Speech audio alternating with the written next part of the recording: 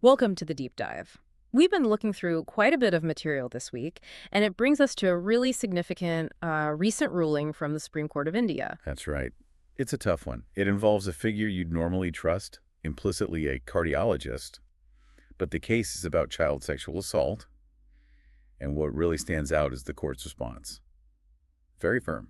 Unwavering, really. Yeah, it's definitely a difficult story, but, looking into it, it really highlights some critical things about justice, about protection, and frankly, about the challenges the whole system is under. Mm-hmm. So our goal here is to kind of pull out the key details of this specific case, really understand the Supreme Court's clear message, and then maybe look at the bigger picture, what it tells us about everything else. It's a story that really demands attention, I think, because it touches on vulnerability, trust, and how the law steps in or tries to in these really profound betrayals. Okay, let's get into it. The setting isn't some anonymous courtroom initially. It's Haldwani in Uttarakhand. You've got this cardiologist, apparently well respected, running a nursing home. A place of healing, supposedly. But in March 2018, something awful happened. Specifically, March 23rd. This father, the cardiologist, he takes a 7-year-old daughter. She was living with her mother back in Varanasi. The idea was, just a visit, a short stay. Just a week. That was the plan. But when she returned on March 30th, just 7 days later, well, the truth came out. And it's chilling. She didn't just seem off. She actually told her mother. Her words were that her father was a bad man and had done bad touch. And credit to the mother here. Her response was immediate.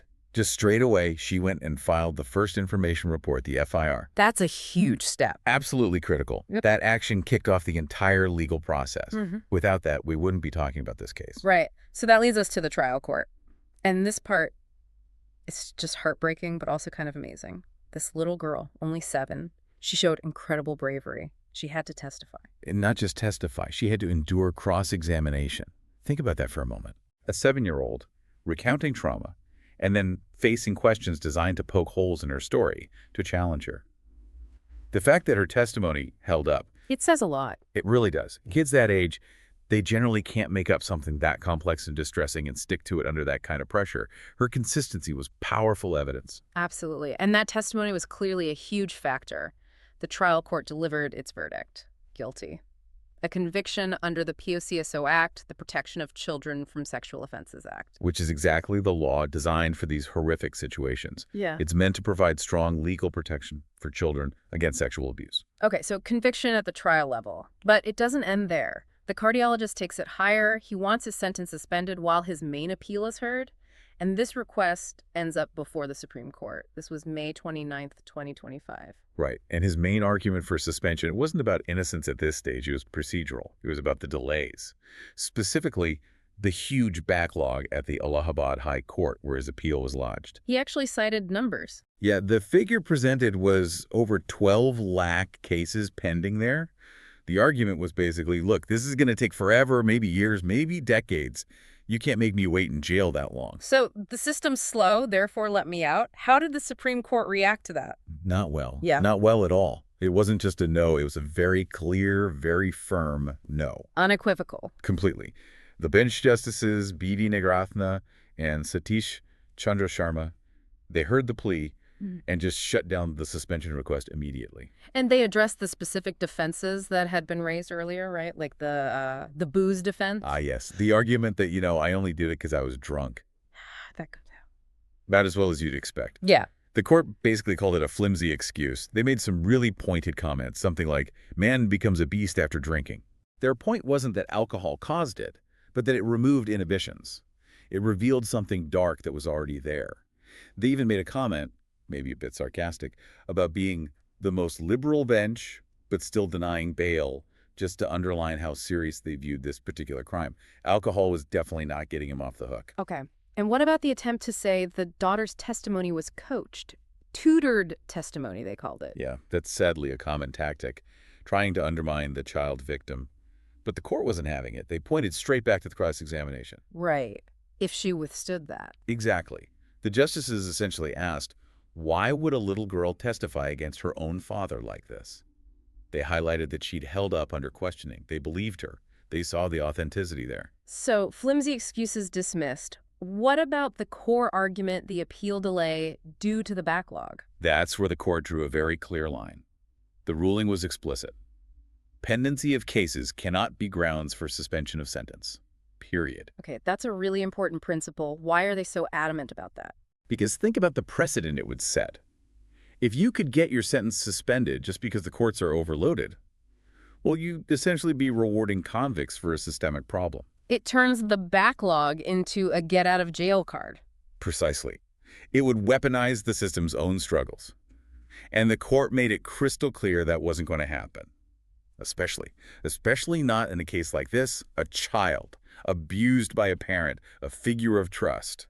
Some of the reported quotes from the justices are just incredibly powerful. Things like, "You can't do this to your own daughter," and calling him a perverse guy not entitled to any suspension. Zero ambiguity. They left absolutely no doubt about how they viewed the crime and the person convicted of it. So what happened procedurally then in the Supreme Court? Faced with that absolute rejection from the bench, the lawyer did the only thing left, really. They withdrew the plea for suspension. So the case was formally dismissed as withdrawn by the Supreme Court. Meaning the conviction stands, the sentence continues. Correct. The trial court's decision remains firmly in place. So the court delivered its judgment in this specific instance, but this whole case, it really does shine a light on some bigger ongoing issues, doesn't it? Oh, absolutely. That judicial backlog, for instance.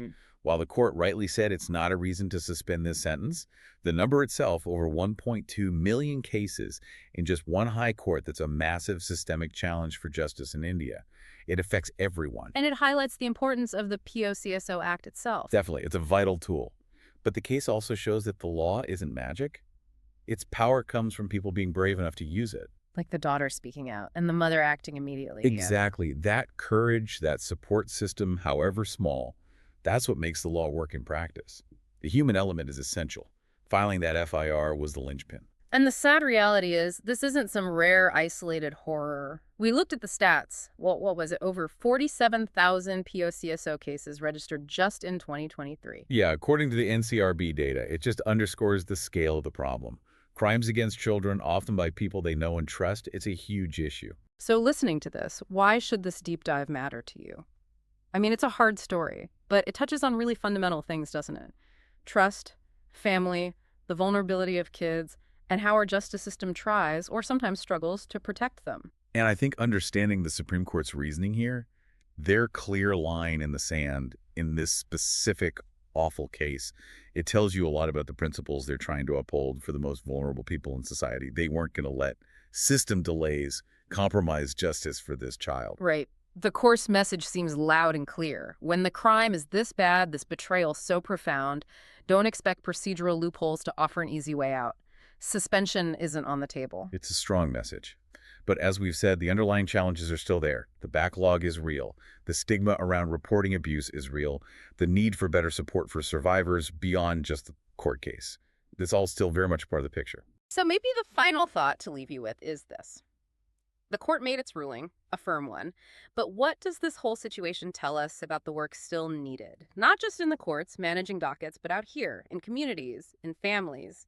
How do we build a world where kids are truly safe, where they feel they can speak out, and where we actually provide the rock-solid support they need when they do? That feels like the question that lingers long after the gavel falls.